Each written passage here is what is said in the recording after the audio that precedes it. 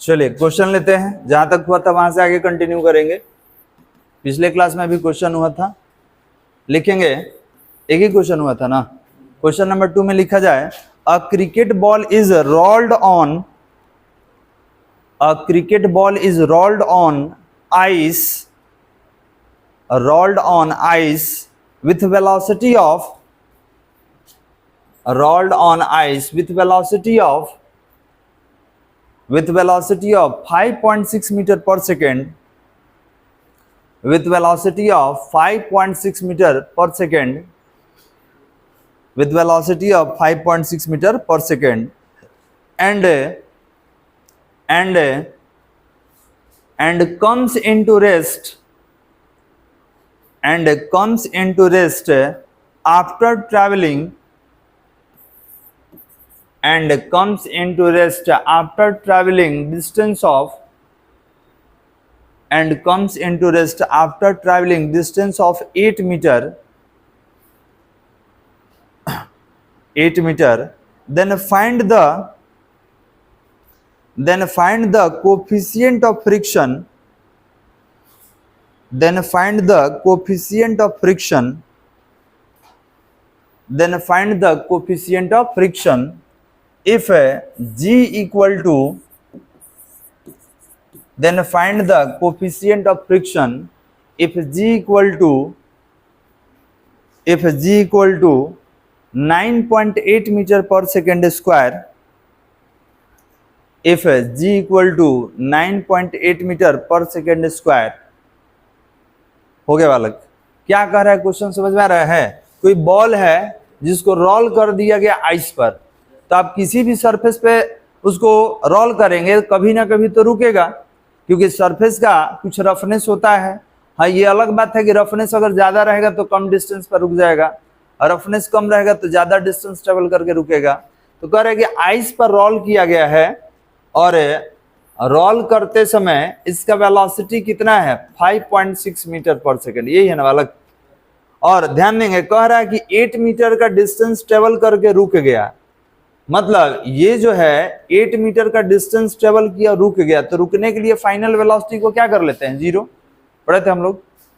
और इसके बाद दिया गया है, तो g का वैल्यू दिया है 9.8 metre per second square, that is g equal to 9.8 metre per second square. तो हमसे पूछा गया है क्या फाइंड आउट करना है बालक, तो हम coefficient of kinetic friction, coefficient of kinetic friction हमको निकालना है। कोई दिक्कत बालक, समझ में आ रहा है? तो हमको क्या निकालना है, म्यू के।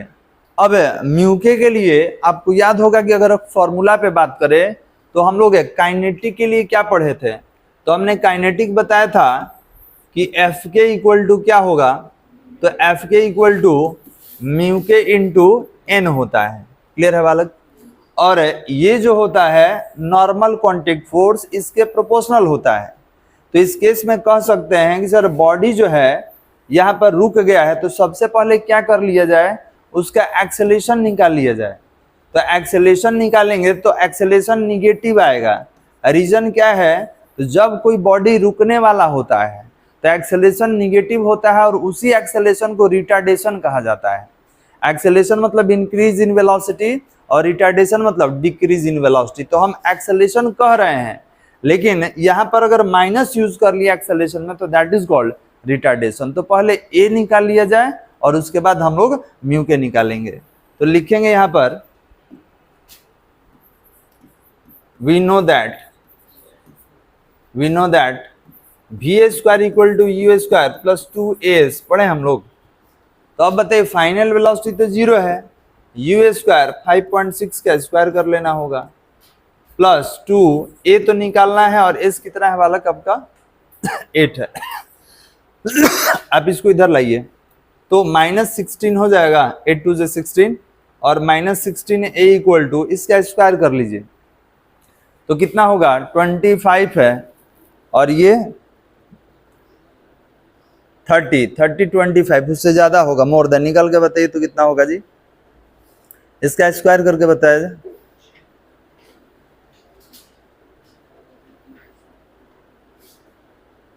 कितना रहा, 31 36। तो आप बोल रहे हैं कि सर इसका स्क्वायर जो है 31.36 आ रहा है, तो ए जब निकालिएगा तो -31.36 है अपॉन 16, ये कितना आ जाएगा? तो ये आएगा -1.96 मीटर पर सेकेंड स्क्वायर। थोड़ा सा डिवाइड करके चेक कर लीजिए,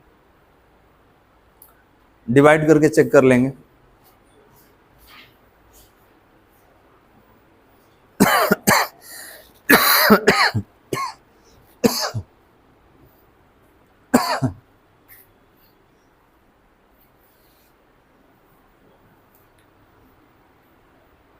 होता है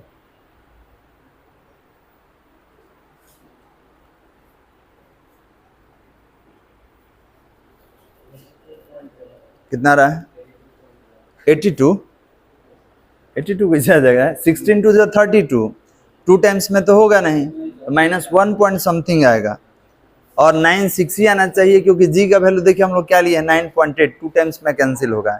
ध्यान देंगे, जब जी का वैल्यू 9.8 दे दे क्वेश्चन में, तो दिमाग में रखिए कहीं ना कहीं डाटा कैंसिल होने वाला है। समझ में आ रहा है बालक? तो पहले ही आपको बताया था कि जनरली तो हम लोग 10 ही यूज करते हैं, 9.8 आया है, इसका मतलब कैंसिलेशन होगा, और यहीं से कैंसिलेशन होगा। यहाँ तक हो गया बालक? चेक कर लीजिएगा, यही आना चाहिए।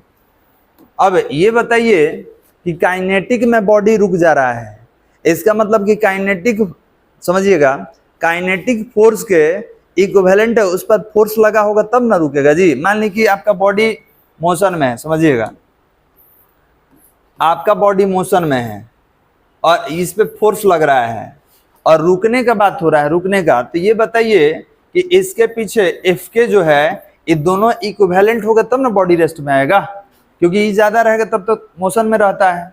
तो आपने बोला कि sir ultimately the ball will be stop, तो ball be stop that means कि F K equal to capital F applied force.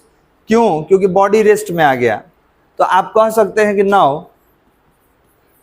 Now kinetic force of friction is equal to applied force, और इस केस में इसको तोड़ दीजिए, तो mu के इंटू एन इक्वल टू कितना है? F, F equal to m a लिख सकते हैं, दैट इज नेट फोर्स।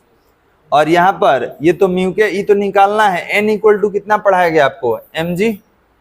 याद है आपको बताया गया था कि अगर कोई बॉडी कांटेक्ट में है, ये आपका नॉर्मल कांटेक्ट फोर्स, और ये क्या हो गया? M g. तो एन हमेशा किसको बैलेंस करता है बालक? एम जी को बैलेंस करता है। और इधर क्या है आपका? एम ए है, तो एम से यहाँ पर एम से एम को कैंसिल करा दीजिए, हमको क्या फाइंड आउट करना है? म्यू के।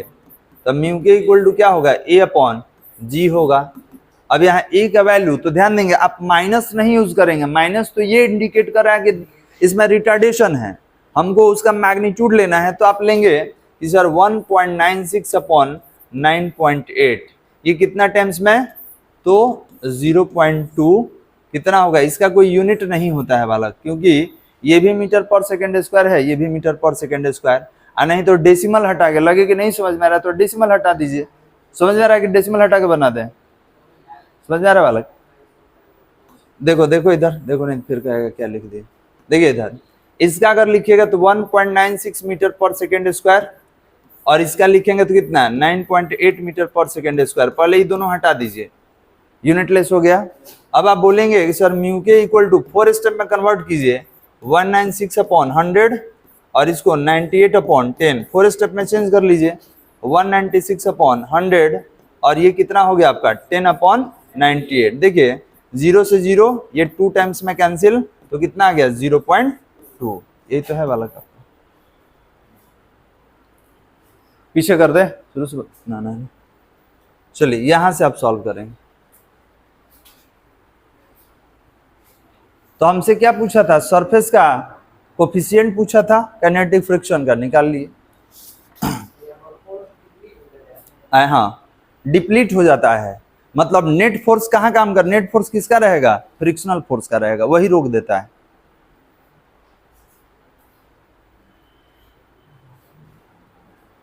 जब तक फोर्स नहीं डिप्लीट होगा अप्लाइड फोर्स, तब तक बॉडी में मोशन रहेगा, और जब अप्लाइड फोर्स डिप्लीट हो जाता है तब बॉडी क्या होगा? Ultimately stop the motion.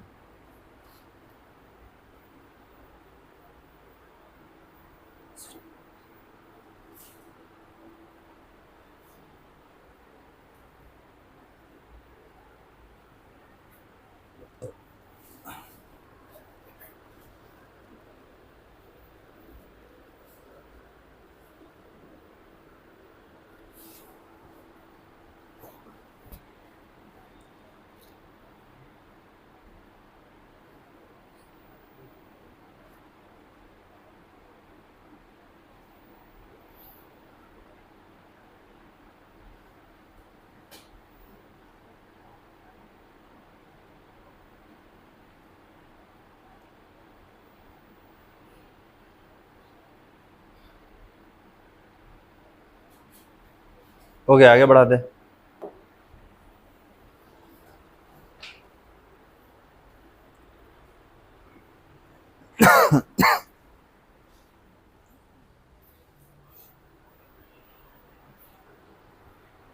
Net force acting on the body that is equal to kinetic force of friction. Cancellation कराएंगे तो हमारा कोफिशिएंट ऑफ काइनेटिक फ्रिक्शन कितना आ गया, 0.2। और ये क्या होता है, यूनिटलेस और डायमेंशनलेस होता है।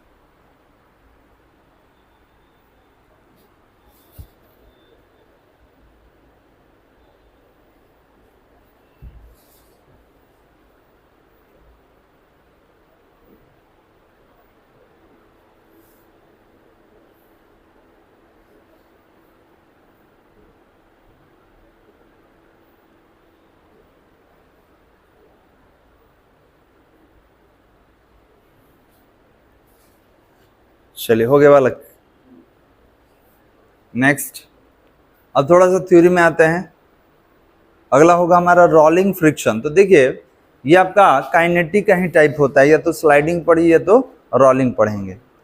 चलिए, तो बात करते हैं रोलिंग फ्रिक्शन का।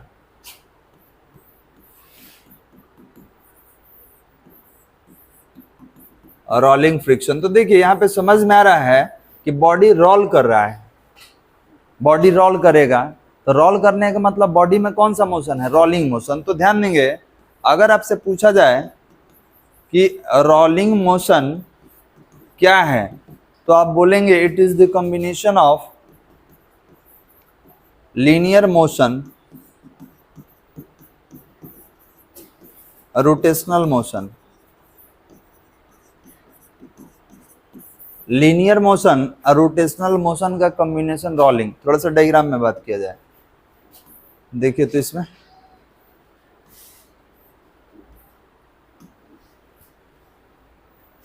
तो बताइए, व्हील रोल्स फॉरवर्ड, ये रोलिंग कर रहा है।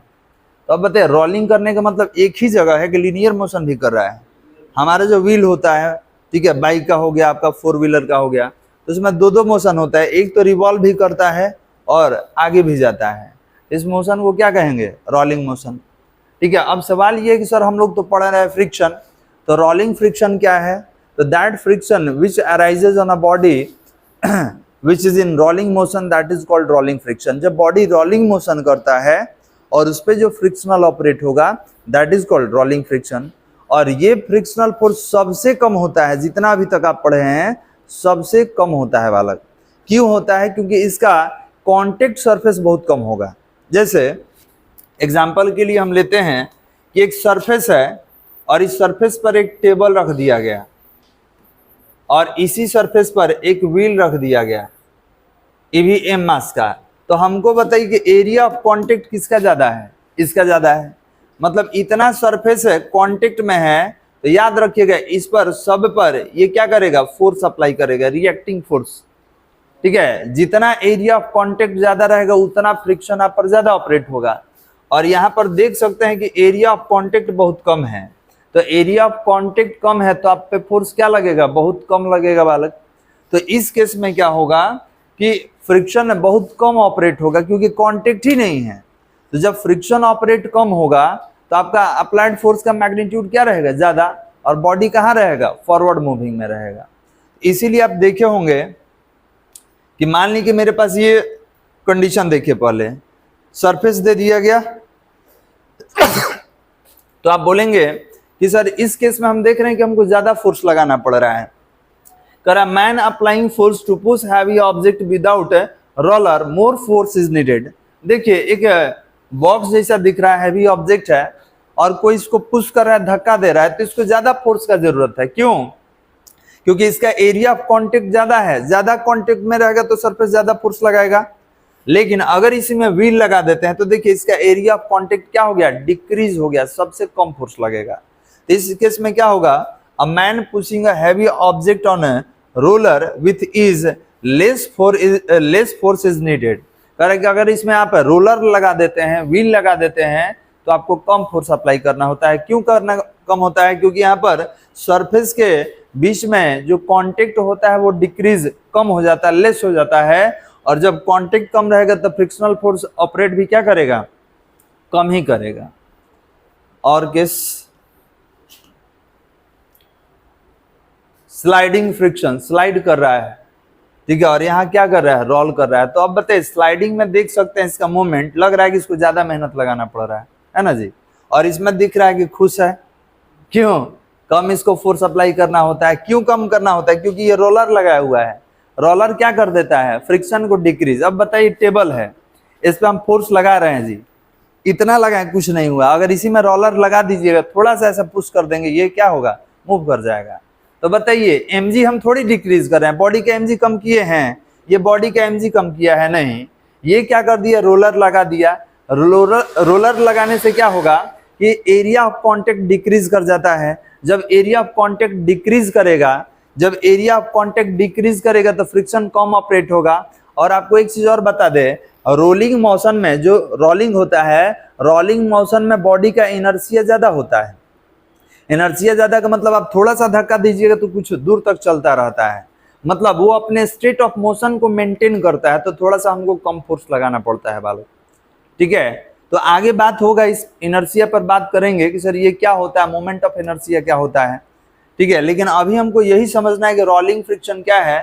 तो that friction which operates on a body which is in rolling motion, that is called rolling friction, और that is the less value of frictional force, ये सबसे कम होता है, ठीक है। ये क्या होगा, सबसे कम होगा। तो डिफाइन कर ले, इसको डिफाइन कर लिए, लिखेंगे आए, हाँ, लोहा काटने वाला ग्राइंडर, वो तो अलग है। अच्छा ये बताइए कि उसमें आप चला रहे हैं कहीं, उसको मूवमेंट नहीं करा रहे हैं सरफेस पे, वो कटर है, उसको कटर कहा जाता है, ठीक है। वो कटर है, ग्राइंडर है। तो देखिए उसका वो क्यों लिया जाता है, उसमें कॉइल लगा होता है, इसमें आरपीएम होता है कि आपका 1 मिनट में इतना राउंड रोटेट कर जाएगा, वो अलग है, वो तो आपका इलेक्ट्रिकल इंस्ट्रूमेंट है, समझ में आ रहा है, वो आपका मोशन से उसमें। अच्छा ये बताइए कि फ्रिक्शन कब जनरेट होगा, जब कट कीजिएगा तब ना होगा जी। तो कटिंग का नेचर अलग होता है, ठीक है। ये हम लोग मोशन का नेचर स्टडी कर रहे हैं, हो गया बालक। डिफाइन किया जाए, लिखेंगे when a body rolls over, when a body rolls over a rough surface,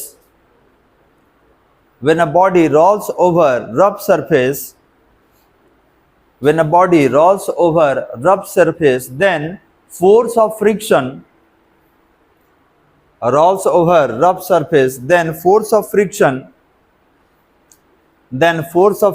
is called, then force of friction is called rolling friction, then force of friction is called rolling friction, then force of friction is called rolling friction। हो गया बालक, चलिए तो याद रखेंगे, ये बहुत कम होता है, बहुत लेस है, बहुत लेस है। लिखेंगे पैराग्राफ चेंज करके, the value of rolling friction, the value of rolling friction is very very less than the value of rolling friction is very very less than kinetic force of friction, is very very less than kinetic force of friction, is very very less than kinetic force of friction. Therefore its value can be neglected, therefore its value can be neglected, therefore its value can be neglected। इसीलिए इसका value neglect कर दिया जाता है। क्यों neglect कर दिया जाता है, कि बहुत कम होता है जी, ठीक है। ये क्या होगा, क्या बालक, काहे नहीं निकाल सकते, सब निकाल सकते हैं।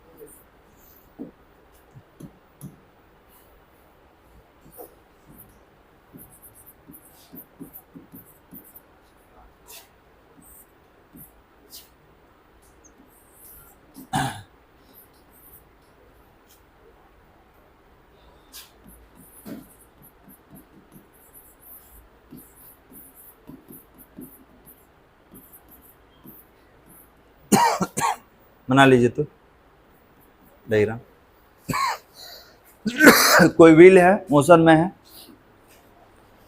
और जब मोशन फॉरवर्ड होगा तो पीछे रोलिंग फ्रिक्शन, और ये हमने लिखा है कि इसका जो वैल्यू होता है काइनेटिक से बहुत छोटा होता है। तो अब बताइए बहुत छोटा का मतलब क्या हुआ, अप्रॉक्स 0। अच्छा बताइए क्वेश्चन में एयर का रेजिस्टेंस काउंट करते हैं? नहीं। क्यों नहीं काउंट करते हैं? वैल्यू बहुत कम होता है, इसीलिए इसको भी नेग्लेक्टेड माना जाता है। लेकिन अगर हम चाहें तो निकाल सकते हैं। कैसे निकालेंगे? बाकी जैसे निकालते हैं। तो इसका भी क्या होगा, तो इसका भी होगा μr इंटू एन होगा, ठीक है। लेकिन अब कहिएगा सर कि तो सर्कुलर बॉडी है, तो नॉर्मल कांटेक्ट फोर्स कैसे लेंगे? रोलिंग बॉडी में, सर्कुलर स्फेरिकल बॉडी में हम लोग एन कैसे लेंगे?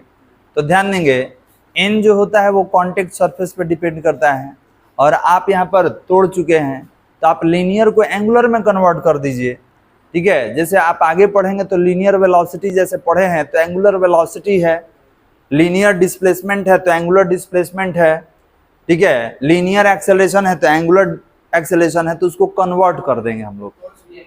हाँ एंगुलर है, फोर्स में भी कन्वर्ट कर देंगे, ठीक है। तो आगे चल के जब हम लोग सर्कुलर मोशन में एंट्री करेंगे तो देखिएगा एक अलग ही टर्म डिफाइन करना होगा।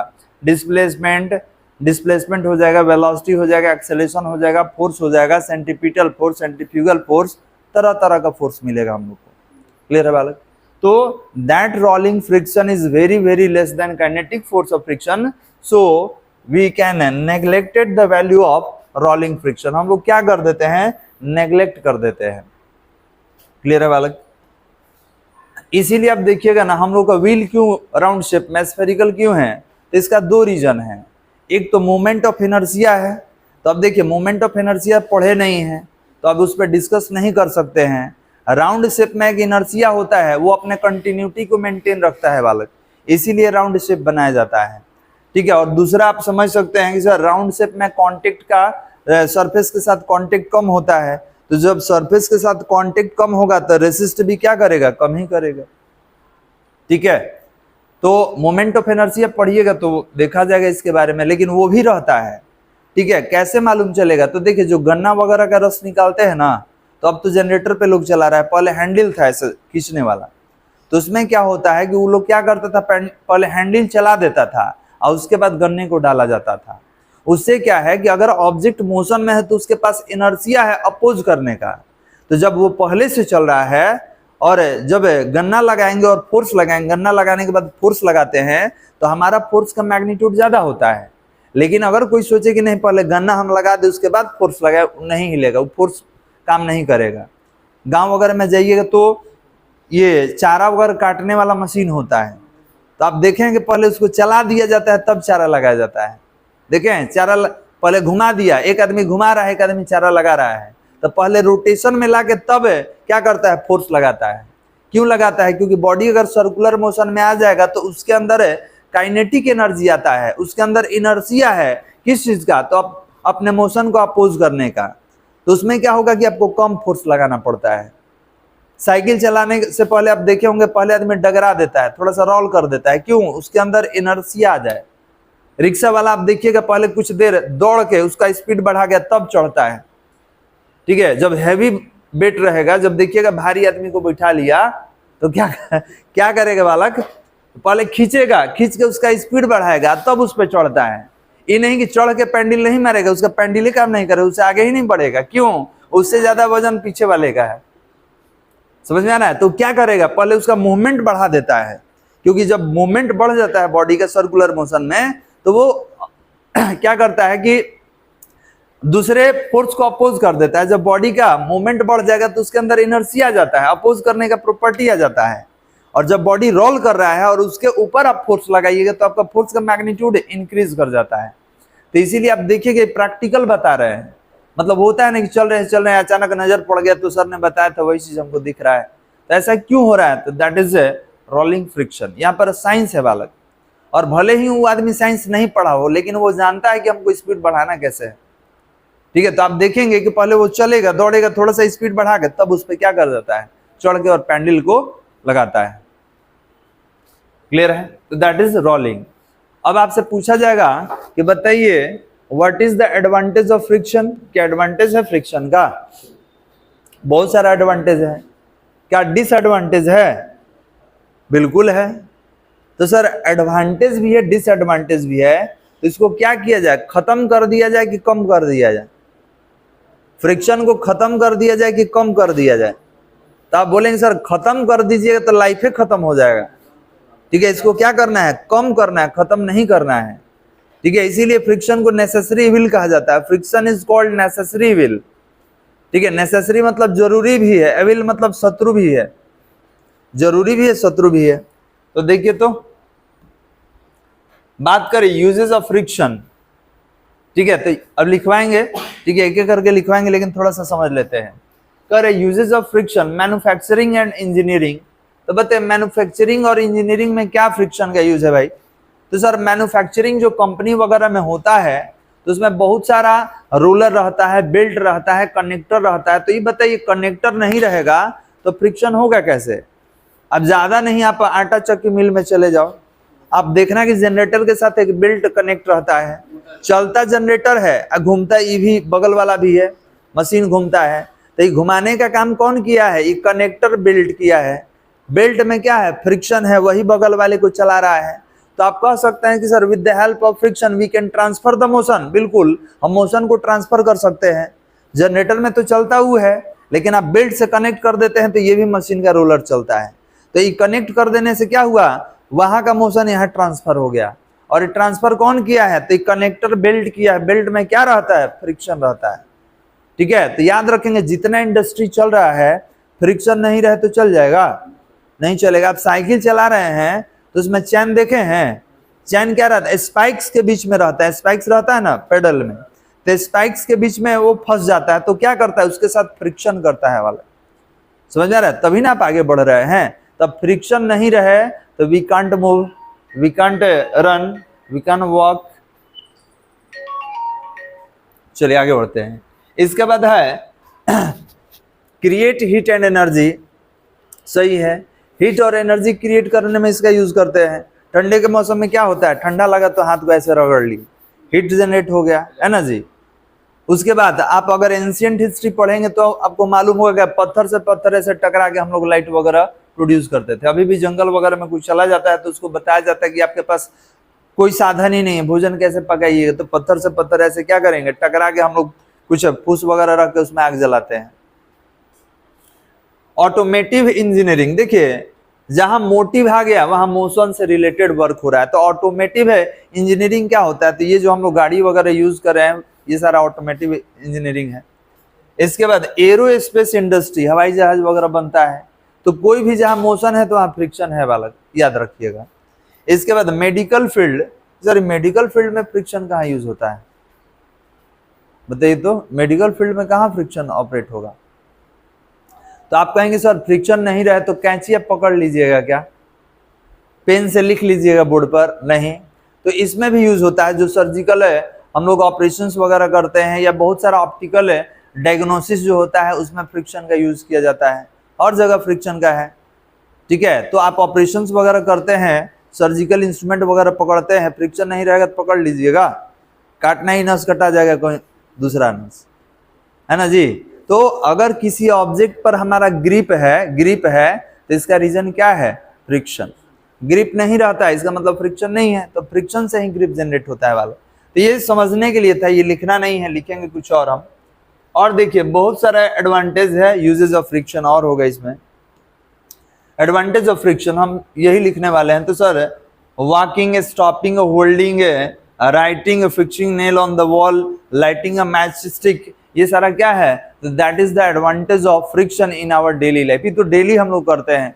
अब चलिए मान लीजिए एरोस्पेस में नहीं जा रहे हैं, ठीक है, ऑटोमेटिव नहीं कर रहे हैं, लेकिन इतना तो काम आप डेली करते हैं। तो हेडिंग दिया जाए advantage of friction, advantage of friction, advantage of friction, और लिखा जाए 1 नंबर पॉइंट में लिखिएगा, walking and running are not be possible, walking and running are not be possible without friction, walking and running are not be possible without friction. Walking and running are not be possible without friction. हो गया बालक? ये तो common है, ये तो daily life में हम लोग यूज ही करते हैं. चलिए 2 नंबर पॉइंट में लिखेंगे. Point number 2, two surface will not stick. Two surface will not stick. Two surface will not stick with each other. Will not stick with each other without friction. Two surface will not stick with each other without friction. हो गया?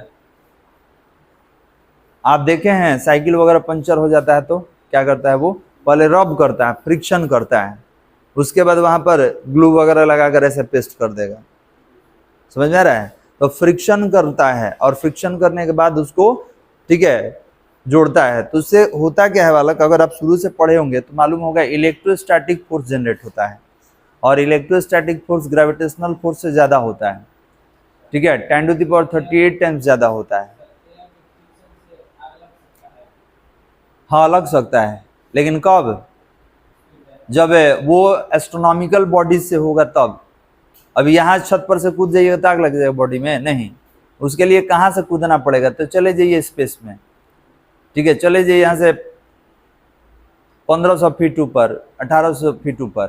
तो ऐसा देखिए यहाँ नहीं होता है, लेकिन जैसे आप पढ़े होंगे एस्ट्रॉइड्स के बारे में कि एस्ट्रॉइड ऊपर से गिरता है तो हमारे पास नहीं पहुंच पाता है. रीजन, एयर के साथ फ्रिक्शन करके हीट जनरेट होता है और टूट जाता है बालक. समझ में आ रहा है? तो सबसे पहले तो हम लोग उतना हाइट तक नहीं जा पाते हैं, है ना? पढ़े होंगे ट्रोपोस्फीयर, मेसोस्फीयर, ओजोस्फीयर, आयनोस्फीयर, इस तरीके के स्फीयर होता है. तो आप ज्यादा हाइट तक नहीं जा सकते हैं.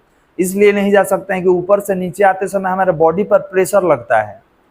ठीक है, और ऐसे तो आप जंप कर भी नहीं सकते हैं. देखिएगा उस सब का कॉस्ट्यूम रहता है, पहले ऑक्सीजन सिलेंडर लेगा, अलग कपड़ा रहता है, क्योंकि प्रेशर क्रिएट होता है बालक, याद रखिएगा. जैसे जैसे ऊपर जाइएगा ना आपका एटमॉस्फेरिक प्रेशर कम होगा और ऊपर से नीचे आइएगा तो एटमॉस्फेरिक प्रेशर बढ़ जाएगा. तो इस केस में हम लोग क्या करते हैं? अलग कॉस्ट्यूम लेते हैं. लेकिन एयर के साथ रेजिस्टेंस होता है और आग भी लग सकता है बालक. समझ में आ रहा है? डिपेंड करता है कितना वेलोसिटी जनरेट हो रहा है. ठीक है, तो ऐसा जनरली हम लोग का इस स्फीयर में होता नहीं है, क्योंकि उतना स्पीड से कोई बॉडी मूव ही नहीं कर पाता है. रॉकेट में आग लग जाएगा. ठीक है, और रॉकेट देखिए, रॉकेट हम लोग लॉन्च ना करते हैं भाई. रॉकेट को स्पेस से गिरा दीजिए तो आग लग जाएगा उसमें.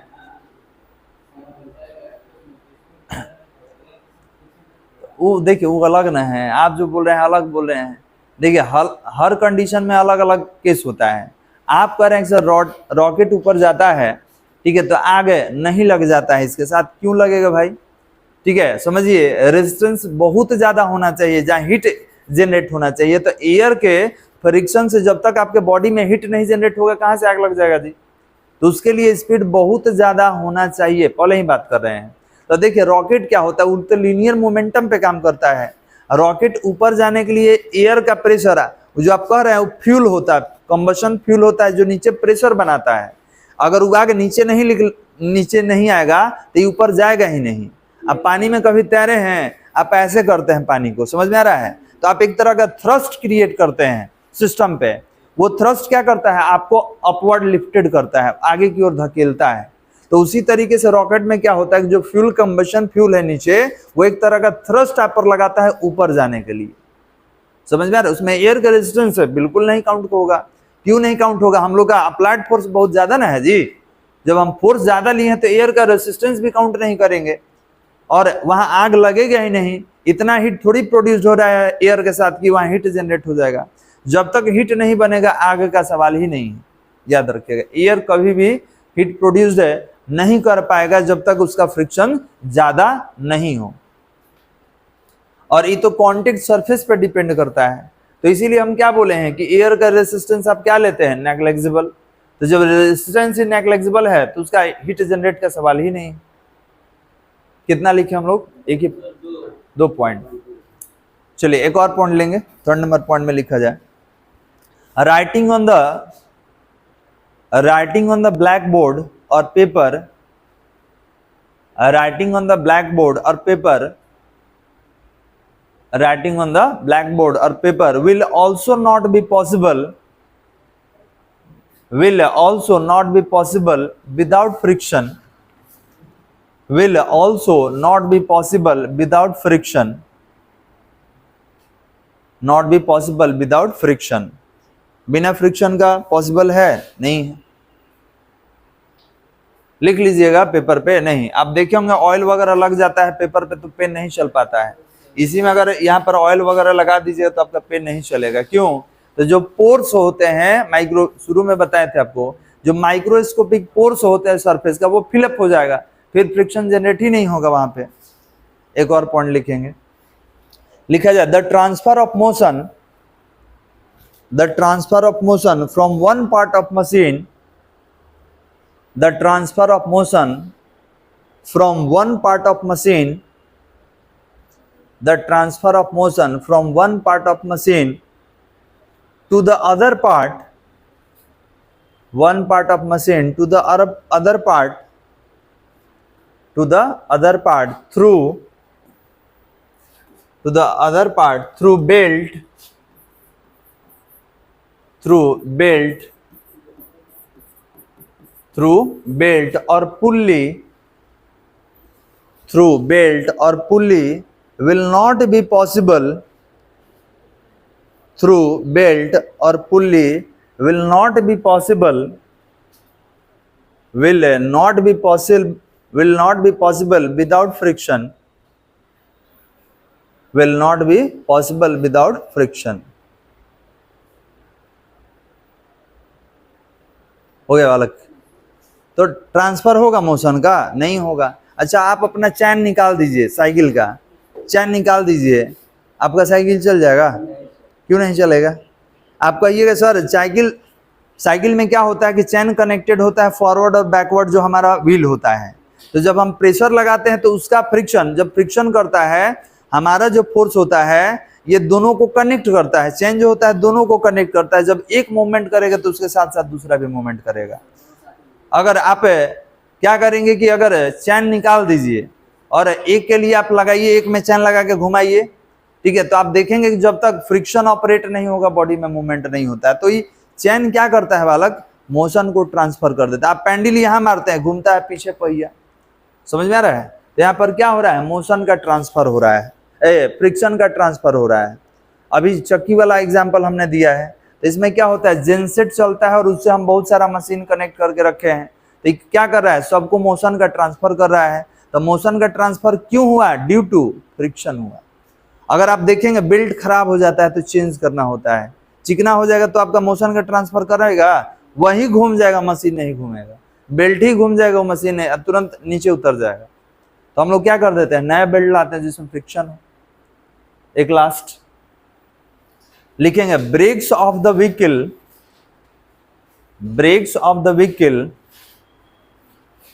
Breaks of the vehicle will not be work, brakes of the vehicle will not be work without friction, brakes of the vehicle will not be work without friction, will not be work without friction। ये बताइए, break लग जाएगा cycle में? नहीं। Friction नहीं रहे तो break लगेगा बालक? नहीं लगेगा, तो एक्सीडेंट हो सकता है। तो ये भी एक एडवांटेज है कि सर हम लोग ब्रेक वगैरह सिस्टम यूज करते हैं ड्यू टू फ्रिक्शन। तो बस, तो है तो बहुत ज्यादा, आप देख सकते हैं, आप कल पढ़ेंगे, ठीक है। अगले क्लास में क्या करेंगे? एक एक पॉइंट को पढ़ के और समझा जाएगा कि क्या पॉइंट हो सकता है और इसका डिसएडवांटेज क्या है, फ्रिक्शन को रिड्यूस कैसे करेंगे, ठीक है, अफेक्ट हम लोग ये फ्रिक्शन अफेक्ट कैसे करता है। तो बहुत सारा पॉइंट है, अगले क्लास में बात किया जाएगा। चलिए,